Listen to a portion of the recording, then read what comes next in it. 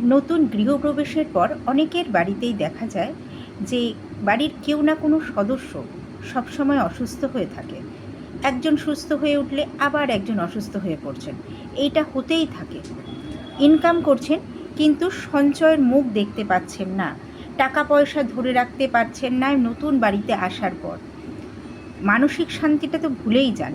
কোথাও ঘুরতে গেলে স্বামী স্ত্রী বাচ্চা নিয়ে ভালো থাকছেন, যেই ঘরে ঢুকছেন তখনই একটা বিশদ নেগেটিভ এনার্জি জানি আপনাদের সবাইকে গ্রাস করছে, আপনার সংসারটা চুষে নিয়ে নষ্ট করে দিচ্ছে।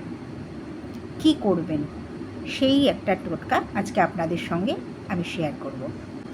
রাত্রিবেলা সব সদস্যের খাওয়া দাওয়ার পর রান্নাঘর পরিষ্কার পরিচ্ছন্ন করে নিয়ে একটা মাটির পাত্রের মধ্যে চেলি কাপড়, এক মুঠো কালো সর্ষে এবং একটু কর্পূর জ্বালিয়ে দিন।